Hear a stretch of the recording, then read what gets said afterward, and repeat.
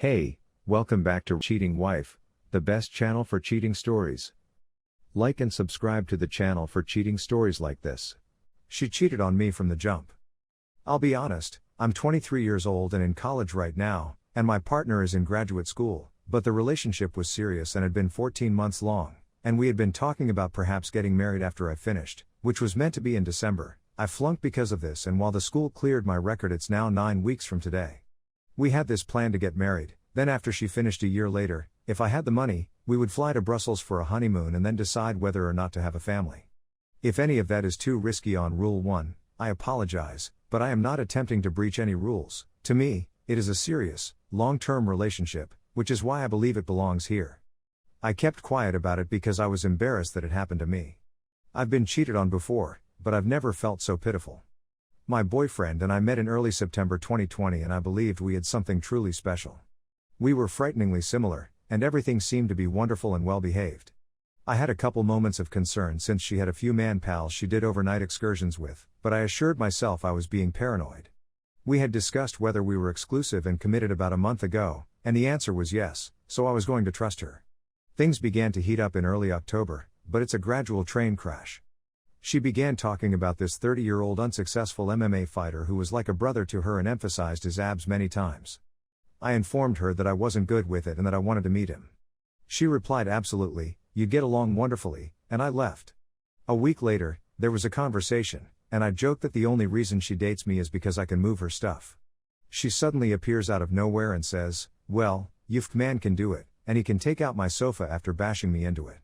I came to a halt, exclaimed, and said that this was not acceptable. She attempted to tell me that my joke was worse, but I was so offended that I asked her straight out whether she had been cheating. First, it is none of your business, and second, you know I would never. She responded. I should have called it right then and there, but I told myself that I was foolish. Fast forward to one night when she gets me these incredibly costly boots out of the blue. She had no reason, she said, but she said I looked pleased, and that was essential, but it was also like $200 boots, and she lives on $800 a month for rent and food, and she is in debt spending more than that. That night, she called and said she needed me badly and was on her way to get me.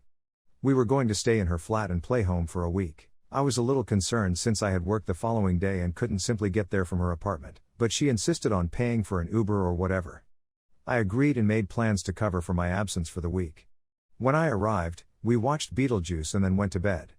The next morning, I awoke early and went out to purchase us donuts before returning, and when she awoke, she had a million things to do. It had been a long day, and I realized at the end that I would need to complete schoolwork while I was at her house, so I asked if I could use her laptop, and she said yes and gave me the password. I left for work at 6 a.m. and returned at 10 p.m. to an empty apartment with a letter saying she had an emergency with her grandmother and would be returning soon, as well as to babysit her dog. I replied okay and had a bath before going to use her computer, when I discovered the messages. Her communications were shown on her fucking computer, and the final message was her messaging, "Yufk man, I can't wait to taste you tonight." I contacted her because I was nauseous and shaking and wanted an explanation.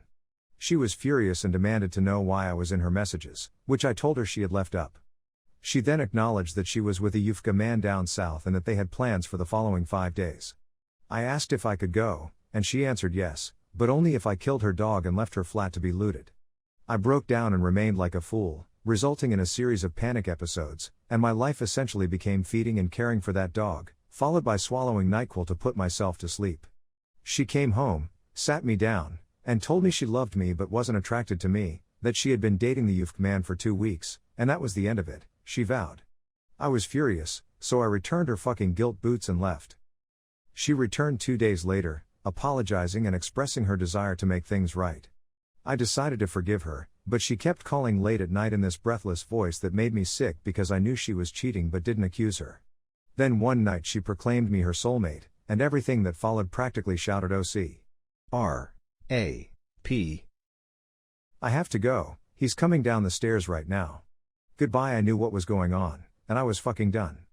I walked away, telling her to herself and that I despised her. That was the day after my birthday, November 9th. I was in a poor position and began drinking again and doing other awful things to myself, nearly dying as a result, but I healed somewhat and wasn't actively messing up my life. I shaved my head, lost 20 pounds in 3 weeks and have since lost another 60, and I stopped seeing people socially, and still haven't since it happened with 3 exceptions with my best friend. Then, in December, she returned. She realized she was a monster and wanted to make things right. I told her I disliked her and didn't want to see her, but she threatened to injure herself, so I caved and let her take me to her apartment. I held her while she cried non-stop about how she was a monster and how no one but me had ever loved her and blah blah blah. I gritted my teeth and struck a pact with myself. I'd try to forgive, but there would be rules, and she was on thin ice.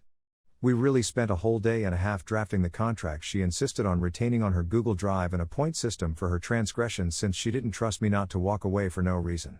We spent Christmas together watching movies and decorating a tree, and she broke down again and confessed. Apparently, she was seeing other guys the whole time we were together, and to top it off, her nasty former boyfriend wasn't her ex until 2 months into our relationship. She said he was violent, but I honestly doubt it. After the event, I checked into him and it seems she had all the cards and pushed him into the army to get rid of him so she could about. I told her to stop talking because I didn't want to hear any more of what she was saying. As a result of her deception, I promised myself to strive harder, and so we find ourselves in this situation. We came to an end on the date, and the next morning she texted me, claiming she was ill but wanted to express her affection for me and express her want to speak with me. All right, I said, go get some rest. In the evening of the same day, I had a question about something in the contract, and I swear to you that the wording on one of our agreements about where we would meet had been changed because I had specifically stated that it had to be within an hour walking distance of my home, for my safety, but it had been changed to 2 hours driving, which is absurd. When she answered the phone, I overheard her shout, "It's nothing," before sprinting out the door and shutting it behind her. My stomach fell, and my first thought was, "Where are you?" I immediately asked. "I'll tell you, but you're not allowed to be unhappy," she said, and that was the end of it. I didn't say anything, and she then revealed that she had returned to the youth boy's place. Wow, I couldn't stop myself from repeating that again and over. She alternated between saying, "You don't have a right to be mad," and saying, "We were simply sitting on his couch watching Game of Thrones," as she proceeded to repeat the 2 phrases again. I ended my phone conversation with her and went for a walk. During that night, I walked about 20 miles, just enjoying an out-of-body experience, until I was picked up by my best friend, who drove me home and sat with me the whole way. The real sting is that when I returned to check on the contract later that night while wandering about, she had taken it down. Her social media accounts, Facebook and Venmo, were suspended, and I'm sure she had the other guy suspend my Facebook account as well, so I couldn't alert her. I've been feeling numb ever since, and it's been quite tough for me to get back on my feet. The thought of keeping this bottled up has been torturous, so I'm pressuring myself to say something. I'm not sure what more to say or why I've come to this place. I believe all I really want to know is what it is right now. To be quite honest, it has been really tough and lonely.